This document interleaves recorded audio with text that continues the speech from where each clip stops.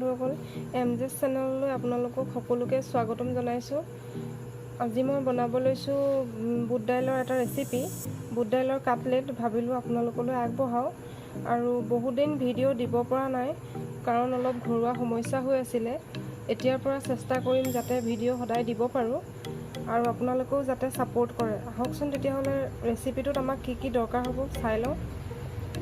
এয়া অলপ বুট দাইল মই তিয়াই থৈছিলোঁ আৰু কেইটামান বুট দাইল মই এক্সট্ৰাকৈ থৈ দিছোঁ, পিছত দৰকাৰ হ'ব।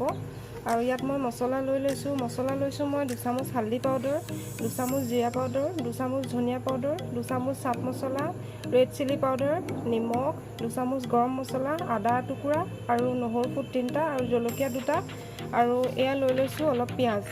আৰু এতিয়া আমি বুট দাইল